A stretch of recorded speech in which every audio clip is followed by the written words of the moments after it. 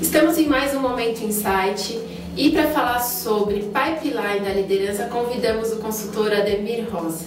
Primeiramente, Ademir, obrigada por estar aqui. Um prazer. E já vou começar com uma pergunta, né? A gente faz tantos programas de desenvolvimento gerencial, mas tem surgido aí esse novo conceito. E queria que você explicasse um pouquinho o que é o pipeline da liderança. Bom, a expressão pipeline nós empregamos com maior frequência no sentido comercial, né?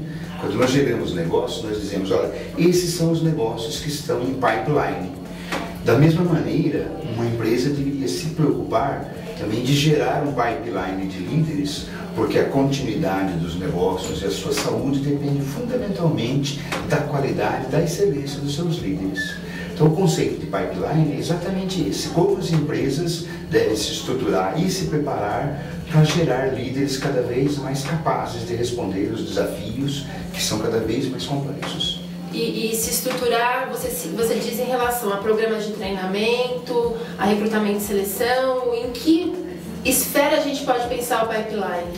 Eu diria mais especificamente na esfera de desenvolvimento dos líderes.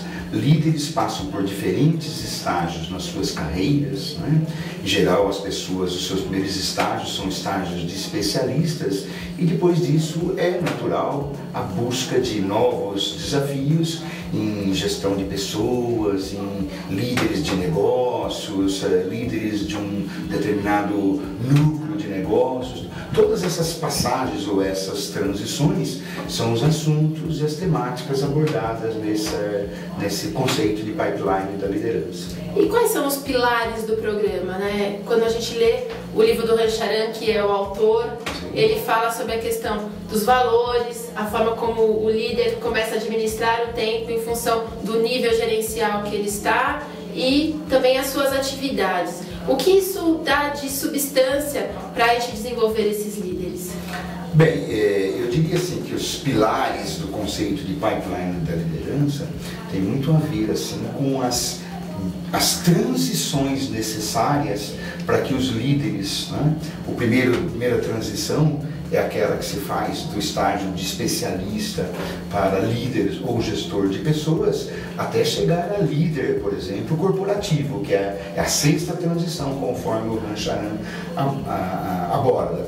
E os pilares são fundamentalmente essas duas questões. Como fazer essa transição de uma maneira mais suave, menos dolorida, porque toda transição requererá sacrifício, além do que mudar um pouco o enfoque que as organizações têm em relação ao desenvolvimento de liderança, que é, ao invés de solucionar os gaps percebidos hoje, com base naquilo que não deu certo no passado, solucionarem realmente, a partir de hoje, os gaps já previstos para fazer face às demandas do futuro.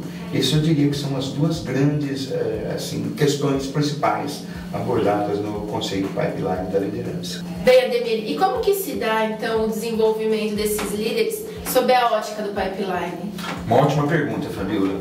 Além do treinamento, que é a fonte citada, né, no mais das vezes, nós temos o coaching e feedback, e ainda os desafios a que devam ser submetidos esses líderes que queiram se crescer e se desenvolver, que fazem parte das trilhas de desenvolvimento do pipeline da liderança.